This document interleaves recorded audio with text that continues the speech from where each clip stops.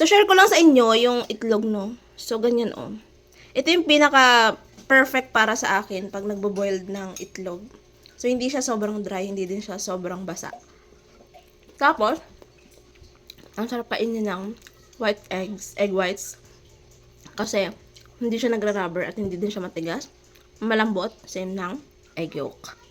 Ang tawag na sa Tagalog, Ano? malasado. Binoiled lang namin to ng 12 minutes. So, mag-timer kayo lagi. Pasayin nga akong timer. Timer ako dito. Ayan, lagi ko lang siyang siniset in 12 minutes. Ayan, 12 minutes. Parang 15 siya, no? Pero 12 yan. So, dito, magsiset ka ng seconds. Dito, minutes. Pero pag isi-zero mo siya, pindutin mo yung both. Ayan, 0 na. Tapos, ito yung start and pause. So, pwede ka naman dito mag-start ng wala kang siniset. Pero, mas maganda, nag-set ka kasi hindi siya mag-a-alarm eh. Ayan, so example, magsiset ka ng 12 minutes, ganun. Ay, wait. Ayan. 12 minutes. Tapos, dito ka mag-start.